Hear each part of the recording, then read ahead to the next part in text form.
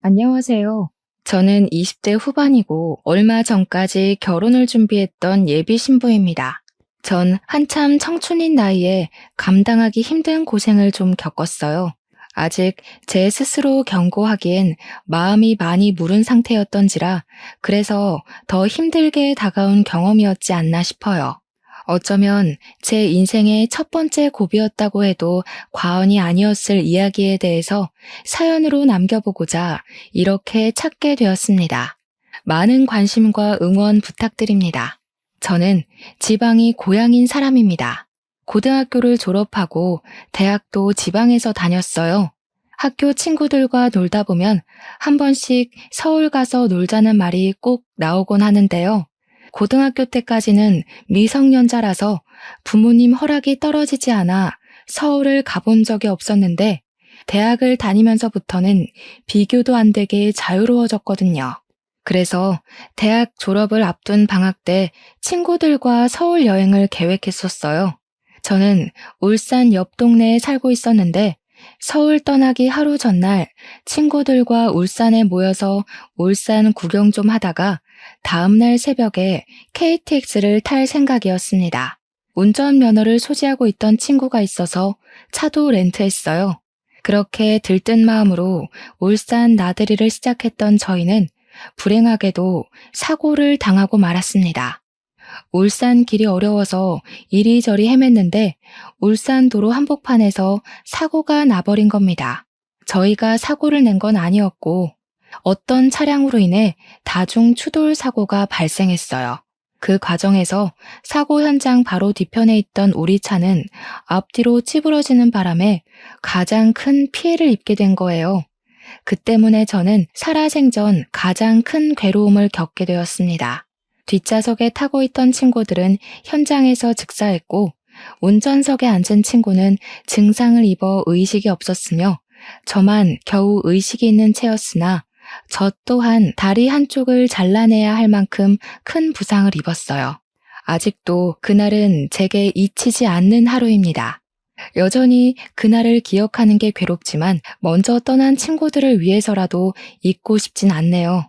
그 이후로 제 삶은 빠르게 처참해졌습니다. 앞으로 살아갈 날이 더 많던 저는 학교 졸업도 외면했을 만큼 세상과 단절하고 싶었어요. 이제 제 인생은 끝났다고 절망했었죠. 부모님은 그런 저를 지켜보며 안타까워했고 제가 기운 차릴 수 있도록 뭐든지 해주려고 했습니다. 그러나 저는 이미 죽지 못해 사는 심정이었기 때문에 부모님이 저를 생각해준 마음을 신경 쓸 여력이 없었어요.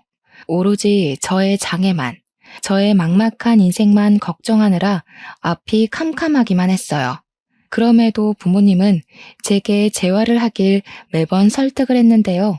그때만 해도 저는 내까짓게 재활해서 휠체어 잘 타고 의족해봤자 뭐 하겠냐는 생각밖에 안 들었습니다. 연애 한번 못 해봤었고 사랑하는 사람을 만나 결혼해서 자식 낳고 살고 싶다는 꿈도 단번에 날아가 버린 셈이었으니 이 꼴로 하는 노력은 전부 다 무용지물이라고만 생각했어요. 그러나 부모님은 끝까지 저를 포기하지 않으셨습니다. 자식이니까 무너지는 걸 보고만 있을 수 없었겠죠. 제게 희망을 주고 싶었나 보더라고요. 재활병원 가자고 설득하던 걸 포기하곤 그 뒤로는 재활 도우미를 따로 알아봐서 우리 집으로 불러들이더라고요. 그때부터 저는 젊은 남자 도우미의 도움을 받기 시작했는데요. 물론 한 일주일은 도우미를 거부하며 방문을 걸어 잠그고 있었습니다. 제가 생각해도 참 건방진 태도였어요. 부모님 또한 제 감정이 어떤지 알고 있었지만 도우미 선생님께 죄송해서 오히려 저를 나무랐어요. 너 선생님한테 이게 무슨 태도야? 얼른 안 나와? 그래봤자 2시간이야. 선생님이 친히 집까지 와줬는데 싫어도 예의는 지켜야지. 엄마는 방 안에 틀어박혀 있는 저더러 무례하게 이 무슨 짓이냐고 제 방문을 강제로 열려고 했는데 그때마다 저는 포기하고 싶은 제 감정이 무시당하는 것 같아서 화가 나기만 했어요. 그러니까 내가 재활 안 받겠다고 했잖아. 나 아무것도 안 할 거야. 제발 그냥 이대로 살다가 죽게 내버려 두라고. 저랑 부모님은 매번 이런 식의 대화와 무게로만 대화를 했습니다. 매일같이 날이 서 있는 저와 그걸 받아주는 게 지쳐 보이는 부모님 사이에서 인내를 갖고 고운 말이 오가는 건 상당히 정신력을 요하는 일이었죠. 그런데 그걸 도우미만이 이해해줬어요. 도우미는 제가 만나주지 않는데도 일주일 내내 우리 집을 방문해줬고 돌아가고 나면 항상 제게 편지를 남겼습니다. 처음엔 엄마가 그 편지를 전해줄 때 받지도 않았고 읽지도 않았어요. 엄마가 알아서 처리하라고 하는 말에 편지는 제 책상에만 쌓여갔습니다. 그런데도 그걸 버리지는 못하겠더라고요. 아무래도 제가 뼛속 깊이까지 나쁜 년은 못 되어서 그랬나 봅니다. 어쨌든 사람들과 연락도 끊고 미래에 대한 희망도 없이 죽을 날만 손꼽아 기다리는 삶을 살았는데요. 언제부터인가 편지가 자꾸 시선에 거슬리더라고요. 그래서 책상 위에 있는 걸 아무거나 주워서 읽어본 적이 있어요. 그 편지 안에는 주로 도우미의 가정 환경과 인생에 대한 내용들이었습니다. 그땐 내 인생보다 힘든 사람은 없다고 생각하던 때라서 남의 인생사 따위 궁금하지도 않았고 위로해줄 마음도 없었어요. 제가 어디 누구를 위로할 만한 처지인가요? 그래서 읽지 않으려고 했으나 하필 제 눈에 걸린 한 사연 때문에 그동안 밀어놨던 편지를 전부 읽었습니다. 그건 바로 장애를 가진 동생이 있다는 사연 때문이었어요. 도우미한테 여동생이 하나 있는데 그 여동생이 저처럼 교통사고를 당해서 휠체어를 타고 다닌다고 하더군요. 도우미 여동생은 두 다리를 잃었다고 했어요. 여동생 나이는 저보다 어렸는데 그 대목이 저를 많이 돌아보게 해주었습니다.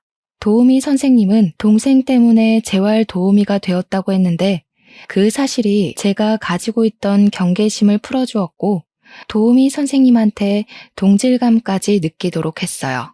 그렇게 마음의 문을 열고 도우미와 처음 마주한 건 딱 일주일이 지난 후였습니다.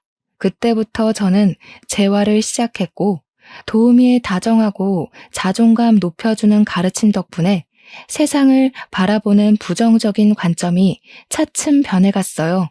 그동안은 보지 못했던 희망이 느껴지자 숨통이 트이는 기분까지 들었어요.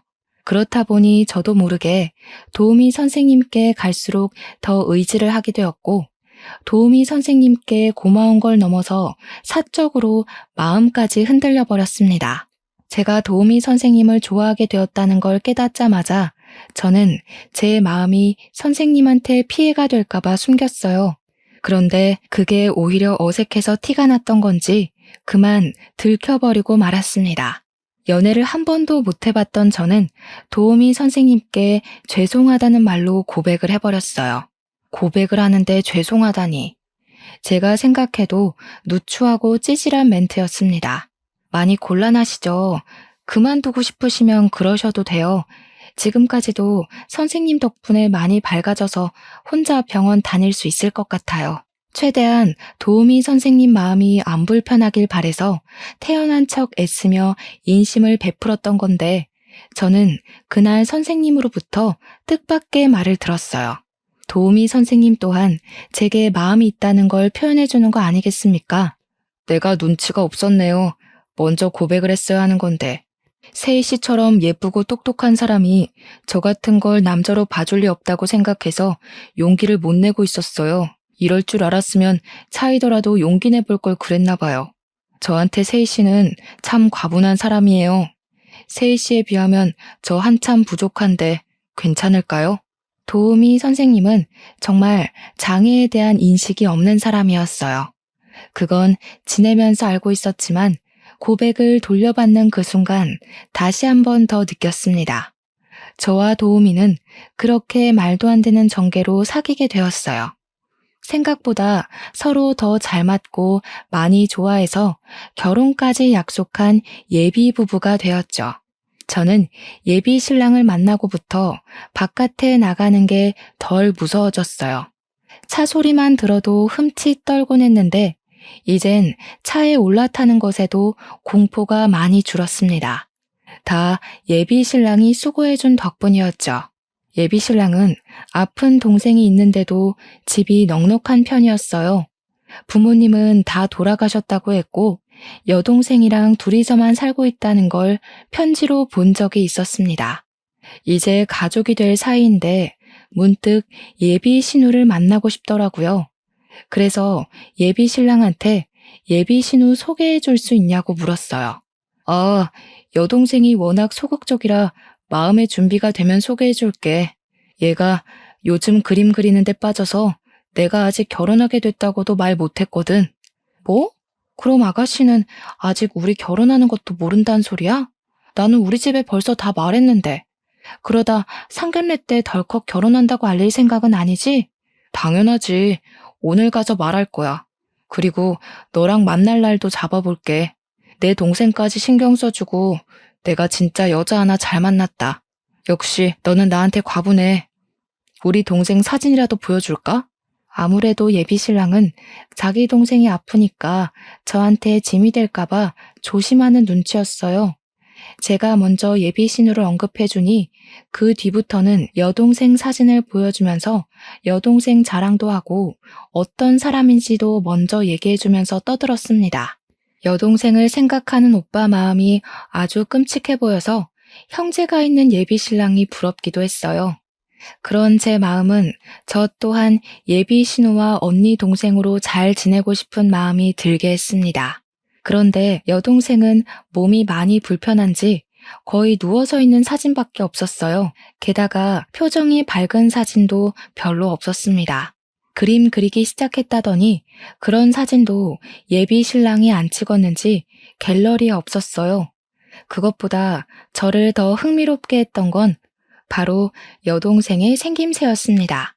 사진을 자세히 들여다보면 예비 신랑이랑은 별로 닮지도 않은 듯 했어요. 모르는 사람이 보면 여동생인 줄 모르겠어. 한쪽은 엄마만 닮고 한쪽은 아빠만 닮았나 봐? 이런 형제들 종종 있다고 하던데. 안 닮은 남매는 말 그대로 많으니까 저는 그저 우스갯소리로 웃으면서 물었어요. 그러니 남편도 그런 소리 많이 들었다고 하더라고요. 거기다 성격도 얼굴처럼 전혀 안 닮았다는 말까지 덧붙여 주었습니다. 예비 신우는 어떤 사람일까 갈수록 궁금해졌어요. 아마 제가 외동이라서 더 그랬을지도 모릅니다. 아무튼 저는 예비 신랑이랑 만나면서 정말 많은 대접과 호의를 받았어요. 우리 형편에 누리기 어려운 선물도 받아봤고 비싼 곳에서 식사도 했습니다. 저는 그런 예비 신랑을 보면서 느낀 것이 참 많았어요. 사람을 사랑하는 마음에 장애 정도는 아무런 방해가 되지 않는다는 걸 알았고, 저는 여전히 제 불편한 다리가 부끄러웠던 적이 몇 번 있는데, 정작 예비 신랑은 그런 건 아무 상관없다는 듯 저를 좋아해 주는 게 정말 본받아야 되는 점이라는 것 또한 깨달았습니다. 그런 예비 신랑을 보면서 제 마음은 더 커져만 갔어요. 예비 신랑은 주는 걸 좋아하는 덕에 저더러 부담 느끼지 말고 받기만 하라고 했으나 저도 예비 신랑을 사랑하는 사람으로서 예비 신랑한테 뭐라도 해주고 싶었어요. 그래서 엄마에게 부탁해 제 선에서 마련할 수 있는 선물을 준비했습니다. 제게 늘 고가의 선물과 식사만 대접하는 예비 신랑이었지만 저는 그럴 만한 형편이 안 되기 때문에 정성을 담은 키링으로 준비를 했어요. 예비 신랑의 이니셜까지 새긴 수제 키링이었습니다. 예비 신랑이 주는 것만큼은 못해도 무려 10만 원이나 되는 키링이었어요. 그걸 준비한 날 저는 예비 신랑이 근무 중인 재활병원을 찾아갔습니다. 저는 예비 신랑과 결혼을 약속한 후부터 저 혼자 힘으로 예비 신랑이 있는 병원까지 가서 재활을 받기 시작했어요. 예비 신랑이 데리러 오겠다고 했는데 제가 제 힘으로 가고 싶다고 해서 예비 신랑이 기특하게 봐줬습니다. 그래서 선물을 준비한 그날에도 어김없이 혼자 택시를 이용하고 사람들의 도움을 받아 병원에 갔죠. 갔더니 예비 신랑이 자리에 없길래 직원들에게 어디 갔냐고 물어봤어요. 직원들은 저와 예비 신랑의 관계를 알고 있어서 예비 신랑이 잠시 전화하러 비상구로 갔다고 바로 알려주었어요. 재활실에서 기다려도 되긴 한데 비상구에 있는 겸 둘만 있는 곳에서 선물을 주고 싶은 마음에 저는 휠체어를 끌고 비상구로 향했습니다. 비상구는 문이 열려 있었어요. 바로 1층에는 사람이 없었고 좀 위층에서 예비 신랑의 목소리가 들려왔습니다. 결혼하기 전에 주애 먼저 처리해야지. 엄마도 주애 챙기는 거 귀찮을 거 아니야. 그러니까 아빠가 애초에 한 방에 보냈으면 귀찮게 돈 안 들었을 거잖아. 무조건 나 결혼하기 전에는 정리되어 있어야 해. 안 그럼 동시에 처리해야 되는데 너무 들킬 위험이 크다고. 저는 그 자리에서 차마 기척을 내지 못했어요.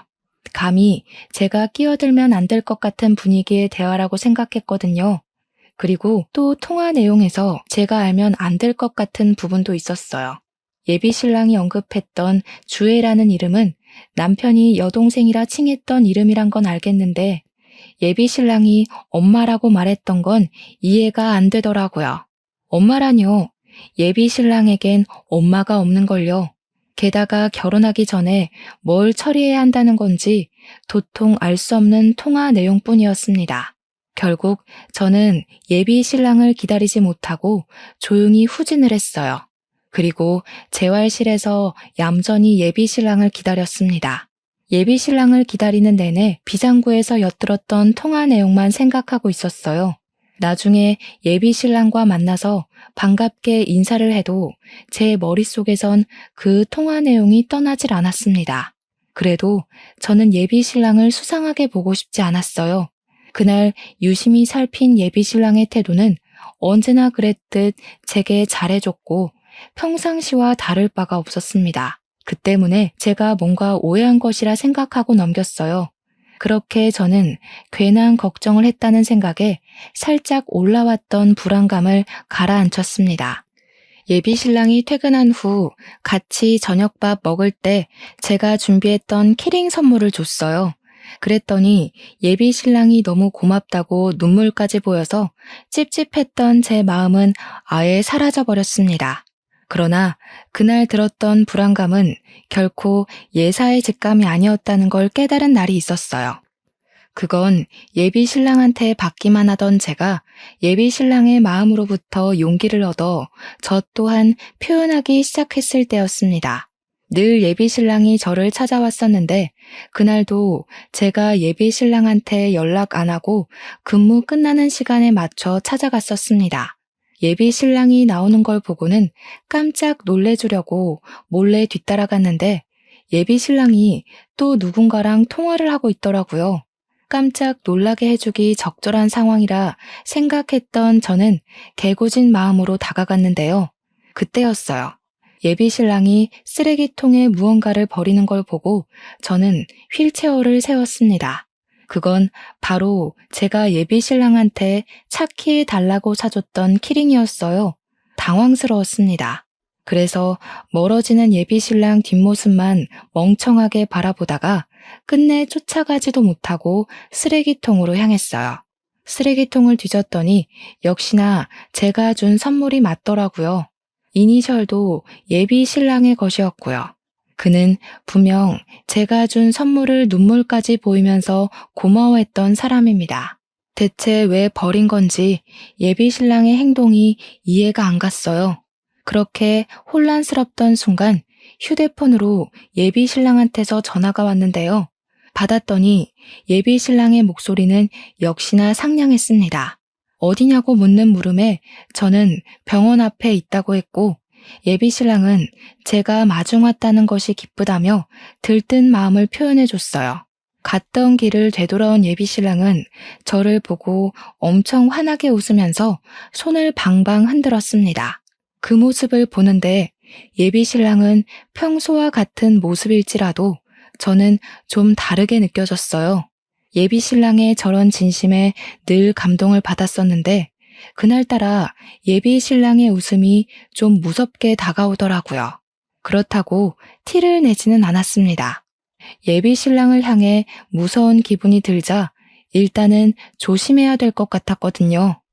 예비신랑과 저녁 먹으러 자리를 이동하는데 키링을 버린 사건 때문인지 계속 예비신랑의 차키밖에 안 보였어요. 결국 저는 무언가에 홀린 듯 키링에 대해서 묻고 말았습니다. 내가 준 선물이 마음에 안 들었어? 키링 안 달았네. 마음에 안 들면 바꿔줄게.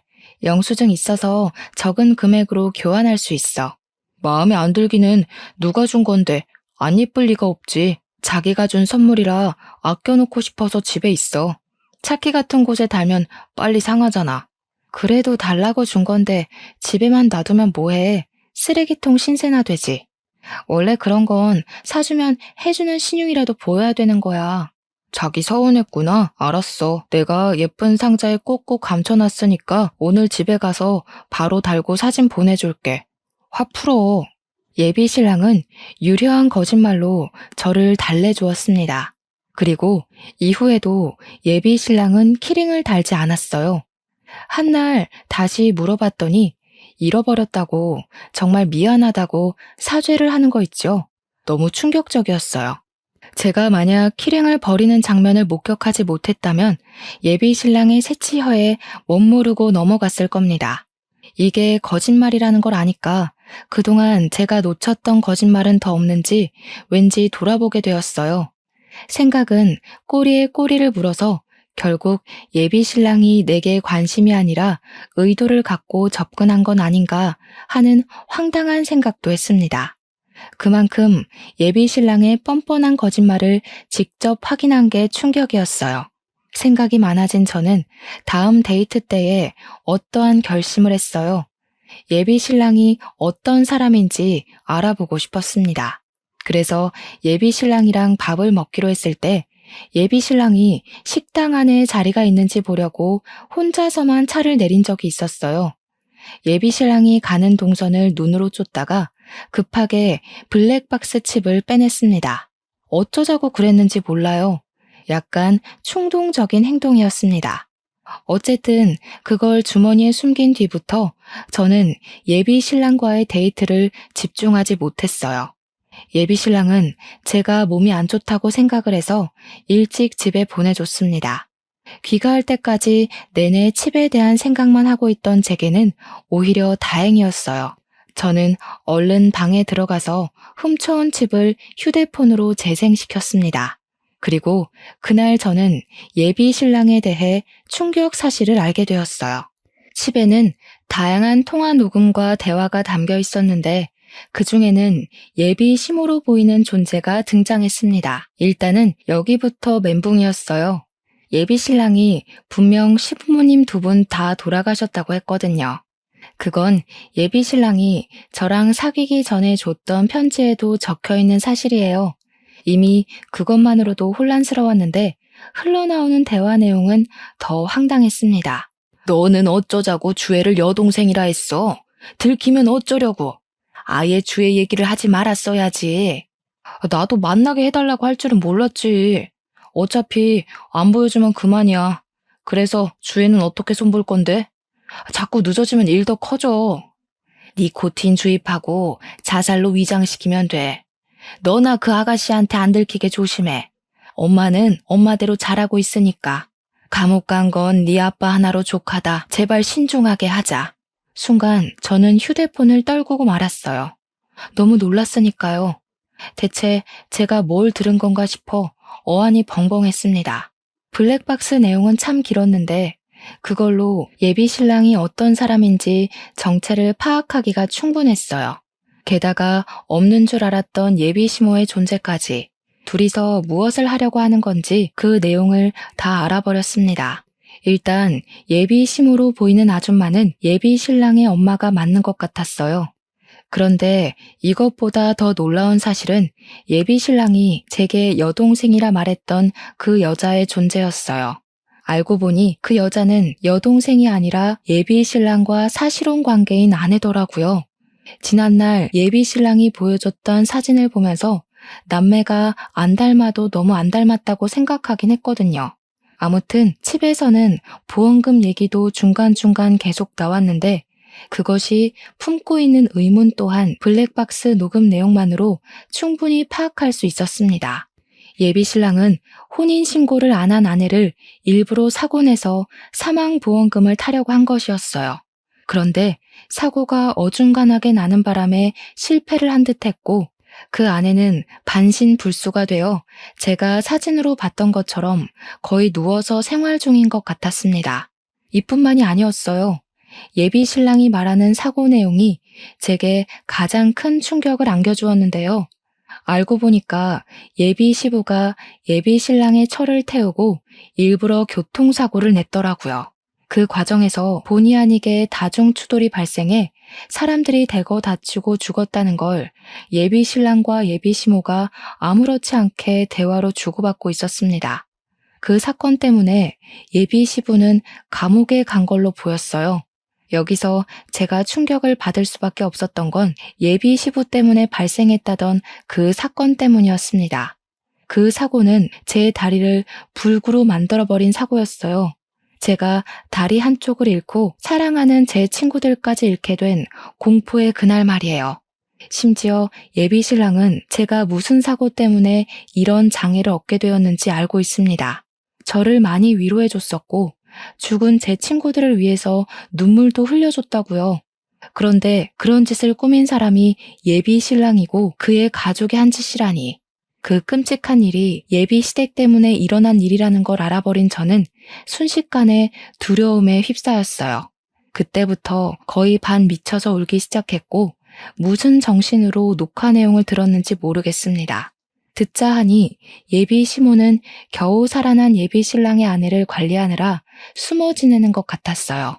그리고 예비 신랑은 돈이 필요해서 또 다른 사망보험금 해줄 여자를 찾는 것 같았습니다.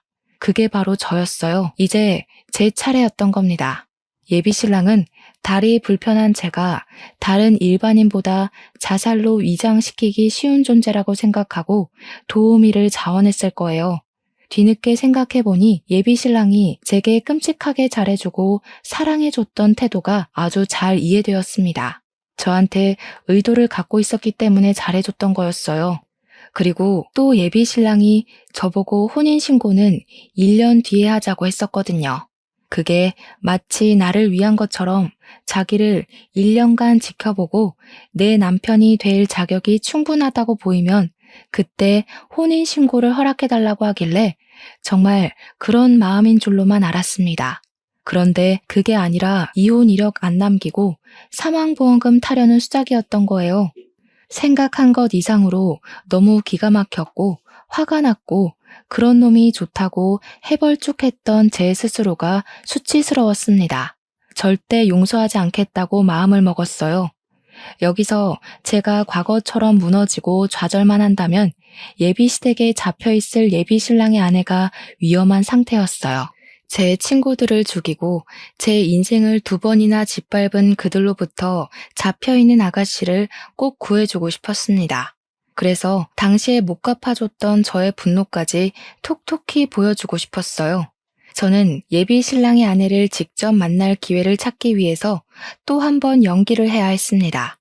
평소처럼 아무렇지 않은 척 예비 신랑과 데이트를 해야 했는데 솔직히 예비 신랑 얼굴을 볼 때마다 블랙박스에서 들었던 악마의 목소리가 겹쳐 보여서 너무 힘들었어요. 그래서 예비 신랑을 어떻게 잘 유도해서 예비 신랑 혼자만 차 밖으로 보낼 수 있었고 찾아온 기회를 결코 놓치지 않았습니다. 저는 내비게이션을 검색해 주소 기록을 뒤져서 예비 시댁으로 보이는 주소를 찾았어요. 그리고 예비 신랑과 만나지 않는 날 저는 예비 시댁을 가보기로 결심했어요.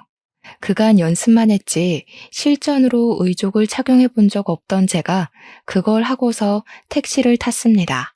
그런데 제가 택시를 내리자마자 어떤 아줌마가 저를 잡아당기더니 황급히 택시에 올라탔어요. 기사님 하는데 목소리가 익숙해서 돌아봤더니 얼굴 한 번 본 적 없는 예비 시모라는 게 촉이 왔어요. 만약 맞다면 고맙게도 집에 없다는 뜻이니 저는 얼른 예비 시댁으로 걸음을 옮겼습니다. 어렵게 찾은 집 앞에 서서 미치게 뛰는 심장을 진정시킨 뒤 초인종을 눌렀어요. 몇 번을 눌렀는데도 아무도 안 나와서 내가 너무 막무가내로 찾아왔나 잠깐 후회를 했습니다. 그때였어요.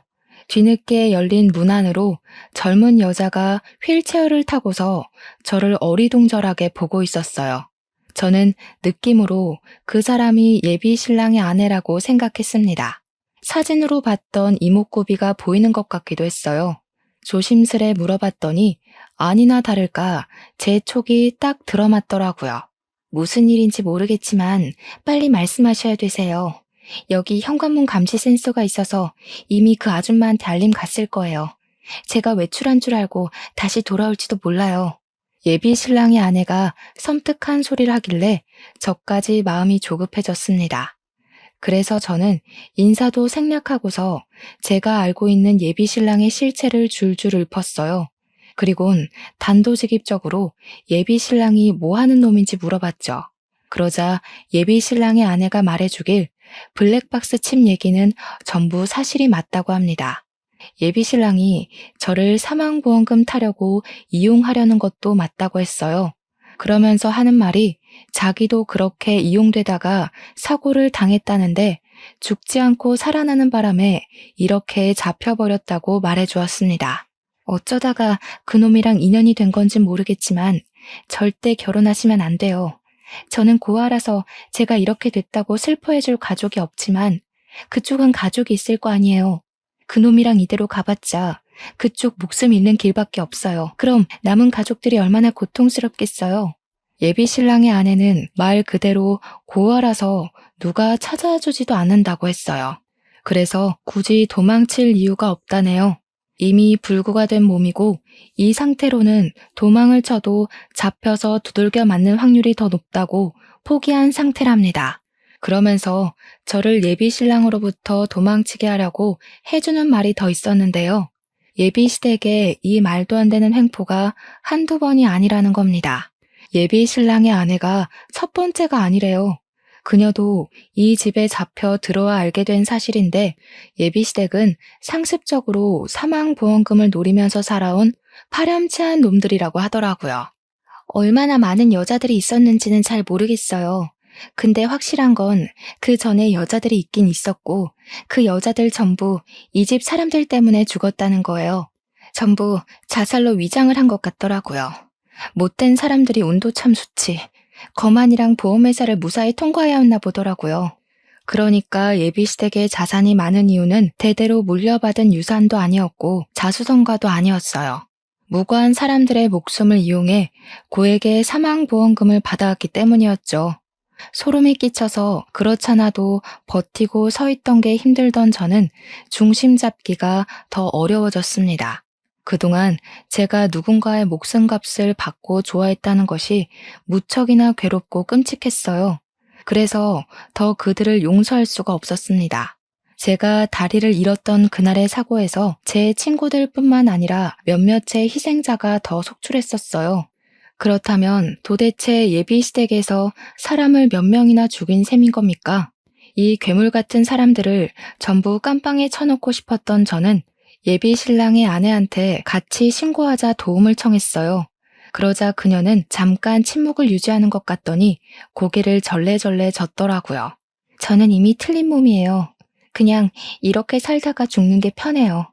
괜히 나가면 돈 들고 갈 데 없고 여기 있으나 밖에 나가나 지옥인 건 똑같은데 굳이 몸 아파가면서 나갈 필요 없잖아요.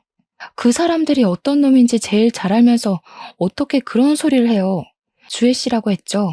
주혜 씨 처지도 너무 안타깝지만 죽은 사람들을 생각해봐요. 주혜 씨가 두 손 놓고 눈 감아주면 죽은 사람들은 계속 억울할 거라고요. 그 개자식들은 또 보험금 받고 배부르게 살 텐데 주혜 씨를 그렇게 만든 사람들이 잘 먹고 잘 살았으면 좋겠어요? 그녀와 초면인데도 너무 마음이 조급했던지라 그만 그녀를 타박하고 말았어요. 그래도 그녀가 제 말을 외면하진 않더라고요. 그녀도 사실은 이미 불구가 된 몸이라 이대로 살다 가고 싶은 게 아니라 애초에 가족도 없는 혼자라서 감히 예비 시댁을 상대할 용기가 없었던 것 같습니다. 안 그래도 그 사람들이 그쪽 해치려고 계획 중인 것 같다고요. 앞으로 살 날이 얼마나 많은데 왜 벌써 포기해요? 위자료 받고 잘 살 생각을 해야지. 죽상을 해야 되는 건 우리가 아니라 그놈들이에요. 이런 피해 안 생기게 막을 사람은 주혜 씨랑 저밖에 없어요. 우리 말고 누가 이 일에 대해서 알겠어요. 한때 마찬가지로 희망을 잃었던 제가 누군가에게 이렇게 희망과 용기를 주게 될지는 몰랐습니다. 다행히 제 말에 예비 신랑의 아내는 용기를 얻었어요. 저랑 같이 신고하겠다고 그놈들 깜빵 쳐놓고 싶다고 솔직하게 말해주었습니다. 그리고 저는 바로 경찰에 신고를 했어요. 연쇄살인 신고하려고 한다고 1층에 대기만 해달라고 부탁했습니다. 그렇게 저는 일부러 예비 시댁에서 달아나지 않고 아예 그 안으로 들어가 나타날 사람들을 기다렸어요. 주혜 씨 말대로 현관문에 센서가 있긴 했는지 예비 시모가 헐레벌떡 뛰어 들어오더군요. 아마 주혜 씨가 도망간 줄 알고 달려온 것 같았어요. 집 안에 들어온 예비 시모는 저를 보더니 제 얼굴은 사진으로만 봤었는지 처음엔 못 알아봤어요. 그러다 뒤늦게 눈치를 채곤 당황하면서 입술만 벙긋거렸습니다. 인우 씨한테 없던 엄마가 생겼네요? 없던 와이프도 있고. 다 알고 왔으니까 괜한 거짓말로 서로 피곤해지지 맙시다. 벌써 경찰에 신고했어요. 변호사 선임하더라도 연쇄살인을 감형받긴 어려울 거예요. 뭐라고? 얘가 지금 뭘 하는 거니? 우리가 뭘 했다고 경찰에 신고를 해? 아, 거짓말한 거? 그래, 그건 먹고 살려고 좀 해봤다. 너는 거짓말 안 하니? 남들 다 아는 거짓말 좀 한 게 뭐 대수라고 신고하냐고. 사람 목숨 갖고 장난질한 걸 친구랑 장난한 것처럼 말씀하시네? 그쪽들 생각 없는 거짓말 때문에 얼마나 많은 사람들이 다치고 죽었는데요. 잘 알잖아요. 세상이 참 더럽다는 게 이 경우예요. 꼭 이렇게 야가 빠진 사람들이 장수한다니까. 너무 걱정 마세요. 아줌마도 워낙 독한 편이니까 깜빵에서 세상 뜰 일은 없을 것 같네요. 뭐야? 대체 여긴 어떻게 찾아온 거야? 인우가 알려줬니? 인우 내 이 자식을 그냥. 예비 시모는 자기 혼자 우리를 감당하기 힘들었는지 이상한 연기를 하면서 급하게 예비 신랑한테 연락을 넣었습니다. 지금 이곳으로 예비 신랑을 부르면 상황이 어떻게 되는지 모르는 것 같아서 저는 한 번 더 경찰을 언급해 주었어요. 그놈 여기 오는 순간 경찰이 고스란히 잡아줄 거예요. 지금 경찰들 밑에서 그쪽 잡아가려고 기다리고 있어요. 엄마가 자기 손으로 직접 아들 깜빵 넣어주려고 하네. 참 보기 좋아요. 이 건방진년 다리 병신된 주제에 뭐 그리 대단한 척 나불거려? 우리 감방에 넣으면 없던 네 다리가 살아 돌아온다니? 제발 똑똑하게 좀 행동해라. 내가 위로금 줄 테니까 이쯤에서 그만하고 양쪽 다 이득인 방향으로 대화 좀 해보자. 저는 사람이랑만 대화하지 짐승 말은 할 줄 몰라요. 어디서 사람 죽인 놈들이 사람 하는 짓을 하려고 해요? 위로금이라고 하셨어요? 그쪽들 때문에 죽은 사람들이랑 주혜 씨한테 다 위로금 줄 수 있으면 고소 안 할게요. 그럴 수 있어요? 아니, 그 전에 몇 명을 죽였는지는 아세요? 자꾸 말도 안 되는 소리 할래? 누가 누굴 죽였다고 난리야? 네가 봤어? 증거 있어? 너 지금 우리한테서 돈 뜯어내려고 이러는 거지? 그래, 네 다리 얘기는 우리 아들한테 들었다. 그게 우리 짓이란 거 알았으면 성질 날 수 있지. 얼마 줄까? 큰 걸로 5장이면 입 다물래? 도가 넘는 예비 시모 발언에 저는 결국 의족을 착용한 발로 예비 시모 정강이를 냅다 걷어차버렸어요. 실금이 갔을 만큼 힘을 실었기 때문에 많이 아팠을 겁니다. 그렇잖아도 예비 시모가 너무 아파하면서 비명을 지르더니 제대로 서 있지도 못하고 나자빠지더라고요. 사람 죽인 년이 말이 많네. 양심이 없으면 거짓말로라도 비는 척 하던가. 하긴 살인자한테 그런 걸 기대한 내가 바보지. 깜빵 가면 그쪽 같은 사람들, 그쪽보다 더한 사람들 아주 많을 거거든? 가서 당신들이 죄 없는 사람들한테 뭔 짓을 했는지 똑같이 느끼길 바래. 이왕이면 거기서 나오기 전에 죽었으면 좋겠다. 저는 그만 밑에서 대기하고 있는 공직자들에게 연락해 예비 시모를 잡아가 달라 불렀습니다. 119는 주혜 씨가 이 집을 나설 수 있도록 이동을 도왔고 경찰은 예비 시모를 연행했어요.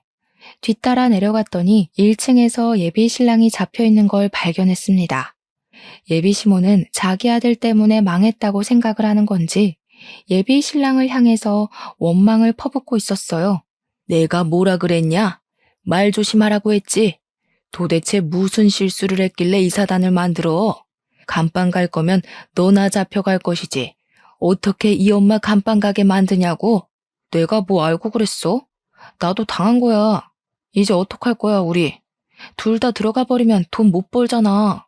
둘이 싸우거나 말거나 저는 예비 신랑이 보는 앞에서 블랙박스 칩을 증거물로 제출했습니다. 저를 발견한 예비 신랑은 아직도 제가 자기한테 정신 나가 있는 줄 아는지 다급하게 말로써 저를 회유시키려고 했어요. 자기야, 나 자기한테는 진심이었어. 사망보험금이라니. 그건 저 여자가 지어낸 말일 뿐이야. 나랑 얘기 좀 하자. 오해한 게 있으면 나한테 직접 얘기를 해. 왜 혼자 판단하고 혼자 일을 저질렀어? 우리 아직 사랑하잖아. 결혼식도 얼마 안 남았는데 이러지 말자, 응? 듣기 싫은 목소리로 모자라 예비 신랑 입에서 튀는 침 때문에 짜증이 났던 저는 예비 신랑 얼굴에다가 쓰레기통에서 주워왔던 키링을 냅다 던져버렸습니다. 너 같은 걸 물에 빠지면 입만 동동 뜰 새끼라고 하는 거야. 자기가 자기 무덤 파는 줄도 모르고 남의 목숨 갖고 장난치면서 얼마나 낄낄댔을까? 지금도 한참 머리 굴리고 있겠지. 어떻게 하면 빠져나올 수 있을까 하고. 근데 나올 수 있겠어? 너 연쇄살인마잖아. 평생 깜빵 신세 져야지. 왜 그래? 자기가 알고 있는 건 사실이 아니라니까. 나랑 거의 매일 붙어있던 사람, 엄마도 아니고 자기잖아. 내가 어떤 사람인지 모르겠어? 누굴 죽일 사람이 된다고 생각해? 나 재활 도움이야. 그래, 네가 이쯤에서 사과하면 더 기분 나쁠 것 같다. 너는 평생 네가 왜 감방 가야 되는지 모른 채로 갑갑하게 살면서 썩어가라. 너 때문에 죽은 사람들, 유가족들 하나도 빼먹지 말고 평생 기억하면서. 그렇게 그만 돌아서려고 했는데 순간 제 다리를 이렇게 만든 놈을 법에만 맡기는 게 좀 분하더라고요. 그래서 지금까진 이성적으로 행동했다면 이제는 좀 감정적으로 표현하고 싶었어요. 저는 들고 있던 목발로 제 개인적인 분노를 담아 예비 신랑을 패기 시작했습니다. 그 과정에서 또 한 번 지난날의 상처들 때문에 눈물이 나서 울어버렸어요. 그래도 경찰들이 뒤늦게 저를 말려주는 덕에 선을 지킨 폭력만 행사할 수 있었습니다. 예비 신랑과 예비 시모 모두 그렇게 구속되었어요. 과거에 저지른 범죄까지 조사가 들어가서 연쇄살인죄, 사기죄, 보험사기죄 등 죄명 높은 죄는 다 싹쓸이 되어 형량이 굉장히 많이 나왔습니다. 예비 신랑의 경우 무기징역을 받았고 예비 시모의 경우 형량 10년 이상으로 판결이 났다고 들었어요. 사형 판결이 내려지길 바랬는데 피해자가 3명으로 소수라서 무기징역을 받았대요.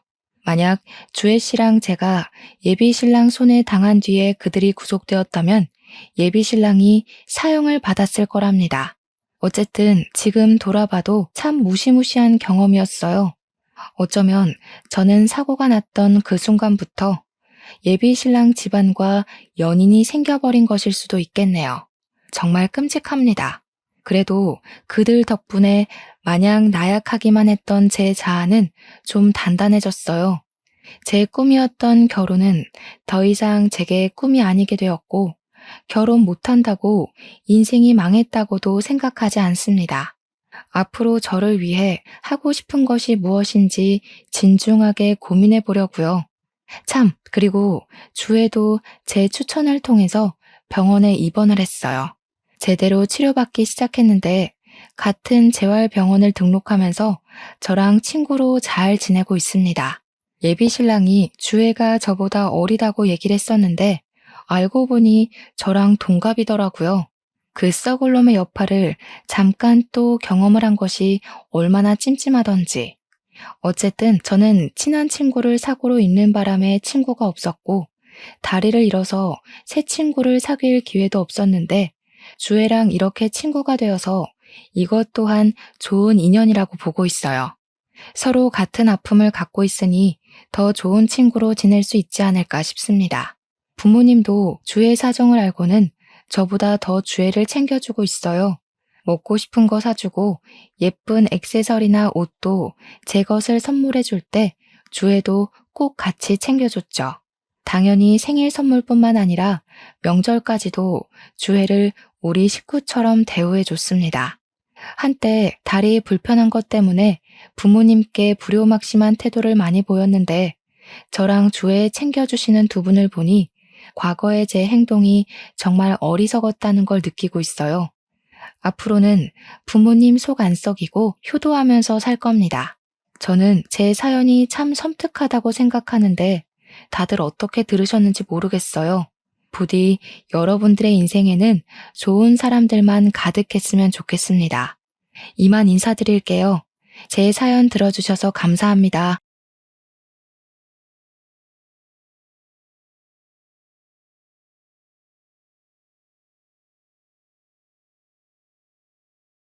안녕하세요. 저는 미용실을 운영하는 30대 중반의 여자입니다. 벌써 몇 년이 지난 일이지만 아직도 그 일만 생각하면 기가 막혀 이렇게 글을 쓰게 되었네요. 저와 남편은 5년이나 사귀고 결혼했지만 어쩌다 보니 시댁의 축복도 받지 못하고 결혼식을 올리게 되었어요. 바로 지금부터 쓸 사연이 힘들었던 제 결혼 이야기랍니다.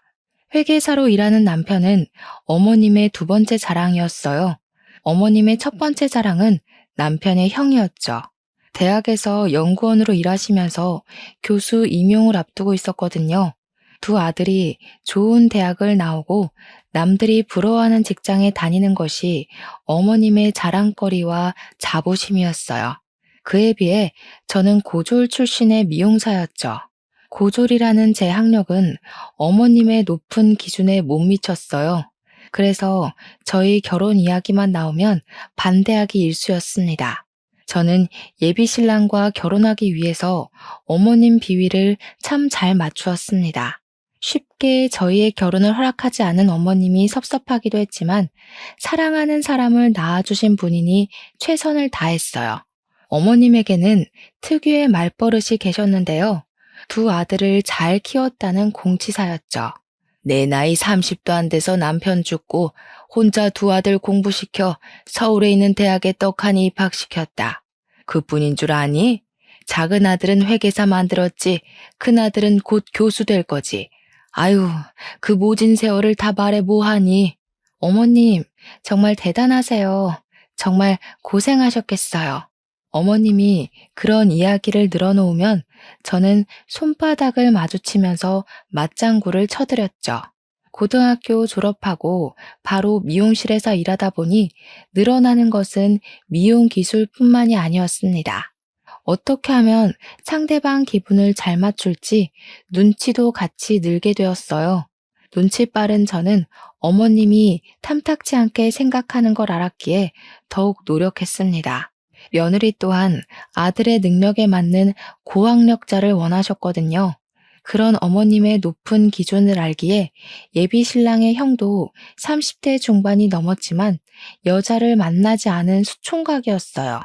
예비 신랑 말로는 20대 때에는 몇 번의 연애를 시도하긴 했지만 어머님의 반대에 만나는 것을 포기했는지 그 뒤로 연애 소식이 없다고 했죠. 어머님은 제게도 입버릇처럼 아들과 어울리지 않는다고 말하고는 하셨어요. 잘난 아들과 제가 얼마나 어울리지 않는지 설명하는 거였죠. 너 요즘 회계사가 얼마나 잘 나가는지 알지? 공부도 많이 하고 어려운 직업이잖니. 아무나 못하는 거야. 그런데 미용사는 기술만 좋으면 고졸도 할 수 있는 거잖아. 나는 그게 사람의 급이라고 생각한다. 사람은 같은 급끼리 살아야 더 잘 사는 거 알지? 그럼요, 어머니. 회계사 되는 게 쉽나요? 너무 어렵죠. 명환 씨가 정말 대단한 것 같아요. 똑똑한 머리는 어머님을 닮았나 봐요. 제가 그렇게 맞장구를 칠 때마다 어머님은 중요한 말은 쏙 빼고 하는 저를 얄밉다는 식으로 쳐다보고는 하셨어요. 그날도 어머님에게 붙잡혀 아들과 헤어지라는 말을 빙빙 돌려 듣고 있을 때였어요. 옆에 앉아있던 예비 신랑이 결혼 이야기를 자연스럽게 어머님께 꺼냈습니다. 어머니, 저희 만난 지도 오래되었고 이제 결혼하겠습니다. 예비 신랑의 말에 어머님은 두 눈을 동그랗게 뜨고 반대하기 시작하셨죠. 이제 겨우 30살 넘은 나이에 무슨 결혼하겠다는 거니? 네 형도 아직 장가도 안 갔는데 동생이 먼저 가는 법이 어디 있어? 안 된다. 요즘은 그런 거 안 따져요. 형은 아직도 만나는 사람도 없는 것 같던데요. 저희 먼저 결혼할게요. 이번에는 예비 신랑도 마음을 단단히 먹었는지 어머님의 만류에도 끄떡하지 않았습니다. 아유, 너희 형이야 워낙 직업 좋지, 인물 좋지. 금방 생기지 않겠니? 그런 걱정하지도 마라. 내 아들한테 시집 안 오면 자기들만 손해지. 예비 신랑은 제 손을 꽉 잡으며 말을 이었습니다. 그러니까요. 제가 이 사람한테 장가 못 가면 손해 같아서 결혼하려고요. 그게 무슨 말이야? 네가 왜 손해봐? 어디가 모자라서 그런 말을 하는 거니? 나는 절대 너희 결혼 안 시킬 거다. 그렇게 알고 있어라. 어머님은 토라지셔서 방 안으로 들어가 버리셨습니다. 어머님 눈에는 제가 그렇게 부족한 사람으로 보이시는 건지 서운한 마음이 들었어요. 아무리 노력해도 치롱성 같은 어머님의 마음을 돌릴 수가 없었을 것 같았죠. 어머님은 제게 넌지시 첫사람이 잘 들어와야 뒷사람이 잘 들어온다는 말을 자주 하셨어요. 아직 예비 신랑 형도 결혼하지 않은 상황이었기에 제가 먼저 며느리가 되면 큰 며느리도 어머님 기준에 맞지 않은 사람이 들어올 거라고 판단하셨거든요. 그 당시 어머님은 예비 신랑 형에게 너는 사람 잘 데리고 들어오라고 자주 말씀하셨죠. 서운해도 어쩌겠어요. 사랑하는 사람과 결혼하기 위해서 감내하고 받아들여야 한다고 생각했네요. 그리고 드디어 어머님께 학수고대하던 소식이 들렸습니다. 바로 예비 신랑 형이 결혼할 사람이 있다며 집으로 데려오겠다고 했다는 거였죠. 예비 신랑도 오랫동안 기다려왔던 소식이라 너무 좋아하면서도 제 걱정을 했어요. 형이 데려온 여자분이 제약회사 연구소에 다닌다고 했거든요. 예비 신랑 형이 다니는 대학원에 여자분이 다니게 되면서 만나게 되었다네요. 좋은 학력에 좋은 직장, 딱 어머님이 원하는 며느리감이었던 거죠. 그래도 오랫동안 혼자였던 예비 신랑의 형에게 짝이 생겼다는 이야기에 축하를 했습니다. 한 사람이라도 어머님 마음에 쏙 드는 며느리가 있으면 저희 결혼도 허락해 주실 거라고 생각했거든요. 두 분은 만난 지 얼마 되지 않아 결혼 약속을 하셨다네요. 예비 신랑과 저는 5년 동안 만났지만 결혼 허락도 받지 못했기에 두 분이 부러웠습니다. 그러던 중에 어머님께 전화가 왔어요. 너 이번 주 토요일에 우리 집에 올 수 있니? 큰아들이랑 결혼할 사람이 이번 주 토요일에 생일이라는구나. 어머님이 먼저 집으로 초대해 주시다니 평소보다 더 들뜬 목소리로 대답했습니다. 그럼요, 당연히 가야죠. 몇 시에 오시기로 했어요? 저녁 6시쯤 온다고 했어. 아유, 그날은 할 게 많을 것 같네. 아침 일찍 서둘러야겠어. 그렇겠네요. 저도 6시쯤이면 괜찮을 것 같아요. 주말이긴 한데 평소보다 조금 일찍 문 닫고 찾아뵐게요. 제 말에 어머님이 깜짝 놀라시더라고요. 그게 무슨 말이니? 너는 아침 6시에 와야지. 할 일이 한두 개가 아닌데. 네가 내 며느리 되고 싶어 하니까 인심 써서 불러주는 거야. 아유, 제약회사 다니면서 공부하는 게 쉬운 일이 아니잖니? 그래서 생일상 차려주려는 거야. 그렇게 알고 너도 도와라. 어머님의 말에 당황스러웠어요. 아침 6시부터 오라는 말은 주말에 미용실 문을 닫으라는 말이잖아요. 주말 장사가 얼마나 큰지 어머님은 모르시는 것 같았죠. 한참을 고민하던 끝에 알겠다고 말했습니다. 일단 어머님이 먼저 전화도 주셨고 가족 행사에 참여하라는 말을 돌려서 하는 거라고 생각했거든요. 알겠어요, 어머니. 그날 아침에 찾아뵐게요. 최근에 허리도 삐끗하셨다면서요. 조심하셔야죠. 알겠다. 늦지 말고 꼭 아침 6시까지 와라. 이만 끊으마. 어쩔 수 없이 토요일 아침에 어머님 댁으로 향하게 되었습니다. 어머님을 차에 태워 20분 정도 떨어진 시장으로 향했습니다. 시장에는 이른 시간부터 사람들로 북적였어요. 미용실 특성상 예약하신 손님이 없으면 오전 10시쯤 문을 열었기에 이른 아침부터 활기찬 시장 모습에 놀랐어요. 대한민국 어머님들의 부지런함이란 정말 대단한 것 같았습니다. 어머님은 시장을 몇 바퀴나 돌면서 재료들을 꼼꼼히 살펴보며 구매하셨어요. 저는 짐을 들고 뒤따라 걸어가며 시장 안을 이리저리 둘러보았습니다.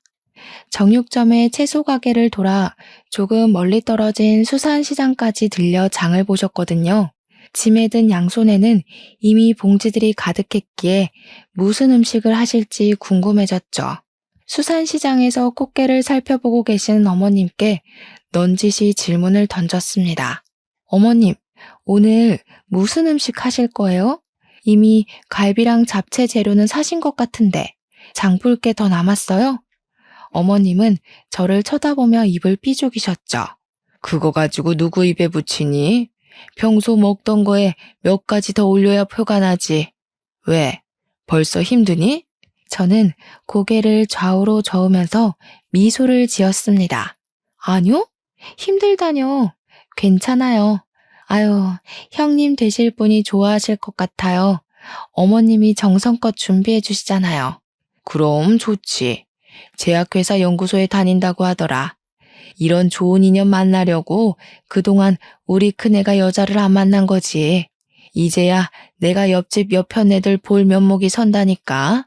큰 며느리 될 사람이 제약회사에 다닌다니까 부러워서 미치려고 하더라. 말하는 내내 얼굴에 미소가 가시지 않았죠. 그동안 친구분들에게 면이 안 서셨다고 하셨어요. 친구분들 며느리는 다 대기업 출신이거나 사자가 붙은 사람들이라나요? 일단 제 직업도 사자가 붙어 있었지만 어머님 기준에는 학력 미달이었죠. 교양과 학식을 갖춘 분이라는 생각을 하니 오늘 처음 만나게 될 미래의 형님에 대한 기대감이 높아져 갔습니다. 어머님은 그 후로도 한참을 시장을 둘러보시다가 집으로 돌아가자고 하셨어요.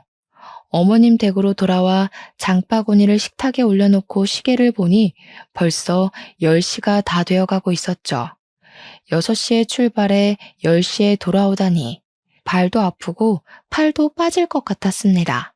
평소보다 일찍 일어났기에 평소에 꼬박꼬박 챙겨 먹던 아침도 거르고 와서 배가 고파왔습니다. 어머님, 밥 먹고 하면 안 될까요? 걸어 다녔더니 배가 고파서요. 그것 걸었다고 배가 고파? 너는 온종일 서서 일한다는 애가 체력이 그렇게 약해서 일이나 제대로 하겠니? 재료 손질하고 요리까지 하려면 시간 없다. 참아봐. 맛있게 요리해서 저녁에 같이 먹자.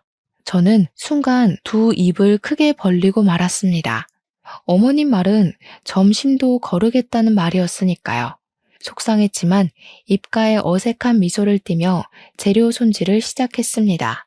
전도 부치고 갈비도 재워놓고 잡채도 볶으며 틈틈이 간을 본다는 핑계로 음식을 주워 먹었어요. 줄인 배를 채워 넣으니 달라붙은 등가죽이 펴지는 느낌이 들었죠. 한참 요리하고 보니 시계는 벌써 4시가 넘어 있었죠. 체력은 이미 바닥났는지 두 다리가 후들거렸죠. 배는 고프고 피곤은 몰려오고 요리가 어느 정도 끝나자 그제야 식탁 의자에 엉덩이를 붙일 기회가 보였습니다. 제가 의자에 엉덩이를 붙이는 순간 제 뒤에서 어머님 소리가 들려왔어요. 넌 뭘 그렇게 앉아 있는 거니? 곧 있으면 손님들 올 텐데. 빨리 가서 거실 쓸고 바닥 닦고 상표해야지. 서둘러라. 이러다가 손님 오겠다. 어머님 말에 바로 식탁 의자에서 일어나 거실로 향했습니다. 식구도 많고 음식 가지수도 많으니 거실에서 먹자고 하셨거든요. 상을 놓기 위해 청소기를 돌리고 걸레로 방바닥을 닦았죠. 미용실에서 일할 때보다 체력 소모가 더 큰 것 같았어요. 내 체력이 이렇게 안 좋았나 하는 생각이 들더라고요. 온종일 서서 손님 커트 치고 파마했어도 오늘처럼 체력이 바닥까지 고갈되지 않았으니까요. 하지만 제 일은 거기서 끝나지 않았습니다. 상 위에 음식을 세팅하는 일도 남아 있었죠. 정말 기가 막히게 오전에 시작한 음식 준비와 상차림은 오후 6시가 거의 다 되어서 끝이 났습니다. 가장 먼저 도착한 사람은 예비 신랑이었죠. 그는 오자마자 제 어깨를 토닥이며 고생했다고 말해 주었어요. 정말 고생했어. 오늘 회사에 중요한 미팅만 없었으면 빠졌을 텐데. 미안해서 어떡하지? 어머니께 나가서 먹자니까 한사코 집에서 생일상 차리겠다고 하셔서 자기한테 너무 미안해. 괜찮아. 어머님이 불러줘서 너무 좋았어. 그리고 도와드리길 너무 잘한 것 같아. 하루 동안 시장 보고 음식 재료 준비하고 요리했는데 너무 힘들었어. 어머님 혼자 있다면 힘드셨을 거야. 그렇게 생각해줘서 너무 고마워. 역시 자기밖에 없다. 이렇게 다정한 예비 신랑이 있으니 어머님 구박에도 헤어질 수가 없었죠. 너무 사랑스럽고 듬직하잖아요. 그를 얻을 수만 있다면 어머님의 더한 구박도 참아낼 수 있었어요. 그때 예비 신랑 형이 예비 형님을 데리고 들어오셨어요. 제약회사 연구소에서 일한다고 들었기에 저는 당연히 공부만 하고 꾸미지 않은 수수한 여자분일 거라고 생각했죠. 하지만 집으로 들어온 여자분은 머리끝에서 발끝까지 세련되게 꾸몄더라고요. 손에 들고 있는 가방도 한정판 명품이었죠. 예비 형님의 세련된 취향과 꾸미는 걸 좋아하시는 것 같아 저와 잘 맞겠다 싶었습니다. 패션이나 미용 이야기를 하면서 친해질 수 있겠다고 생각했거든요. 집 안으로 들어온 예비 형님은 어머님께 활짝 웃으며 인사했어요. 어머니, 잘 지내셨어요? 생일까지 챙겨주셔서 너무 감사해요. 어머님은 형님의 두 손을 잡으셨어요. 이제 우리 집 사람이 될 텐데 내가 챙겨야지. 배고프지? 어서 와서 밥부터 먹자. 정말 고생하셨겠어요. 너무 감사해서 어떡하죠? 회사 사람들도 시집 잘 간다고 부러워하는 거 있죠? 아이고, 말도 참 예쁘게 하네. 그래, 나도 내 자식이라고 생각하고 차린 거니까 마음껏 먹어. 저는 어머님 옆에 서서 처음 보는 예비 형님께 인사를 드렸습니다. 안녕하세요. 처음 뵙겠습니다. 명환 씨랑 만나고 있는 최민영이라고 해요. 잘 부탁드려요, 형님. 안녕하세요. 만나서 반가워요. 명석 씨한테 동생이 오랫동안 만난 여자친구가 있다고 들었어요. 오늘 만날지 몰라서 선물은 어머님 것만 준비를 해왔네요. 형님은 어머님께 쇼핑백을 건넸습니다. 뭘 매번 이런 걸 준비해와. 어서 앉아서 밥 먹자. 가족들이 상에 둘러앉자 저도 잽싸게 예비 신랑 옆으로 자리를 잡고 앉았습니다. 그 순간 어머님이 저를 보며 말했어요. 너까지 앉으면 어떡해? 부엌에 가서 음식 가지고 와야지. 가서 갈비도도 가져오고 잡채도 더 퍼와라. 저는 어색한 미소만 지으며 다시 자리에서 일어나야 했습니다. 잡채와 갈비를 그릇에 담아 상 위에 올려놓으니 이번에는 국을 더 가져오라고 하더라고요. 저는 다시 자리에서 일어나야 했습니다. 그때 예비 신랑이 일어나서 부엌으로 따라 들어왔어요. 자기야, 내가 할게. 들어가서 밥 먹어. 저는 국그릇을 예비 신랑에게 건네주고 거실로 돌아왔습니다. 예비 형님이 저를 보며 활짝 웃더니 말을 붙였죠. 어머, 미용실 하신다고 들어서 그런지 패션 감각이 좋은 것 같아요. 대학은 어디 나왔어요? 형님의 질문에 당황스러웠어요. 미용실에서 갑자기 대학 이야기가 왜 나올까요? 그것도 어머님 앞에서 말이죠. 난감함에 입을 오물거리고 있을 때 어머님이 대신 답을 하셨습니다. 아, 얘는 대학 안 나왔어. 고졸이야. 어머님 말에 죄를 진 것도 아닌데 고개가 숙여졌어요. 제 앞에서 두 사람의 대화가 이어졌죠. 아, 그래요? 제가 괜한 이야기 꺼낸 건 아니죠? 저는 당연히 도련님이 좋은 학교에 좋은 직장 다녀서 여자친구분도 좋은 대학 다니다가 미용사 하는 거라고 생각했네요. 혹시 실례가 되지 않았죠? 괜찮아요. 그렇게 생각하실 수도 있죠. 다행이네요. 아무튼 어머니, 정말 대단하신 것 같아요. 어떻게 두 아들을 대학에 보내고 큰아들은 대학 교수에 작은아들은 다들 부러워하는 회계사를 만드신 거예요? 정말 능력 있으신 것 같아요. 그이한테 들으니까 어머님도 대학 나오셨다던데. 어머님 세대에 대학 나오신 거면 요즘이랑 비교도 안 되게 엄청난 거잖아요. 형님의 말에 어머님은 기분이 좋으신지 활짝 웃으셨어요. 아유, 말도 마라. 그 당시에는 고등학교 나와도 가방끈 길다는 말 듣던 시대였어. 형편이 어려워도 성적이 조금만 모자라도 대학 근처도 못 가던 때였다. 그래도 지금은 대학 가기 수월한 시대 아니니? 조금만 노력하면 갈 수 있는 대학이 많잖아. 그럼요. 어머님이 정말 대단하신 거죠. 아들들 잘 키워 거기다 며느리들도 다 좋은 학벌로 얻으시고. 아, 맞다. 민영 씨는 고졸이라고 했던가요? 형님은 콕 짚어 다시 제게 고졸이냐고 물어왔습니다. 일부러 그런 것은 아니었겠지만 기분이 좋지 않았어요. 네, 미용고 졸업 후에 바로 미용실에 취직했거든요. 아유, 고등학교 졸업하고 바로 취업이라니. 많이 힘들었겠어요. 그렇게 힘들지 않았어요. 미용사가 되는 게 어릴 때부터 꿈이었으니까요. 미용사가 뭐가 대단하다고 꿈식이나 된다니? 세상에 얼마나 좋은 직업이 많은데. 어머님 말에 밥을 먹다가 밥알이 목에 걸려 콜록거렸습니다. 어머님에게는 제 꿈이 다른 직업보다 하찮게 보이셨을까요? 저는 어릴 때부터 소중히 키워서 이룬 꿈인데 말이죠.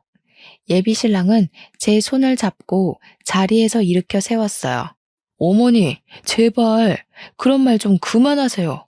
학력 가지고 사람 우습게 보는 거 창피하지도 않으세요? 이 사람 미용실 하면서 저보다 돈 더 많이 벌어요. 능력으로 따지면 저보다 더 뛰어난 사람이에요. 자기야, 일어나, 가자. 제가 자리에서 일어나자 어머님이 저를 보면서 쏘아붙이셨어요. 너는 어디서 배워먹은 버르장머리냐? 밥 먹으면서 어른보다 먼저 일어나는 거 아니라고 안 배웠니? 너희 집에서는 그렇게 가르치니? 그래서 못 배웠다는 소리를 듣는 거야? 어머니, 그만하시라고 했잖아요. 어머님이 아무리 괴롭혀도 저랑 민영이는 헤어지지 않아요. 민영이랑 결혼 허락하지 않으시면 허락 없이 결혼하겠습니다. 예비 신랑은 제 손을 잡고 집을 나왔습니다. 저를 데려다 주는 내내 아무 말도 하지 않았죠. 예비 신랑은 평소에 조금 더 참고 기다리면 어머님이 저희 결혼을 허락할 거라고 저를 다독여 왔었어요. 형이 결혼하고 나면 저희를 받아들이실 거라고요. 새로운 식구가 될 사람 앞에서도 저를 향한 어머님의 구박이 이어지자 그의 인내심이 바닥을 드러내고 말았던 거죠. 저희 집에 도착했을 때 그가 제 손을 꽉 잡으며 닫고 있던 입을 열었어요. 민영아, 우리끼리 결혼하자. 우리 집 축하받으면서 결혼하고 싶었는데 그렇게 해주지 못해서 미안해. 그는 제게 청혼을 했습니다. 물론 어머님의 허락과 축하가 있으면 더 좋았을 테지만 그와 함께 할 수 있다면 아무 상관없었습니다. 나도 자기랑 결혼하고 싶어. 우리 예쁘게 잘 살자.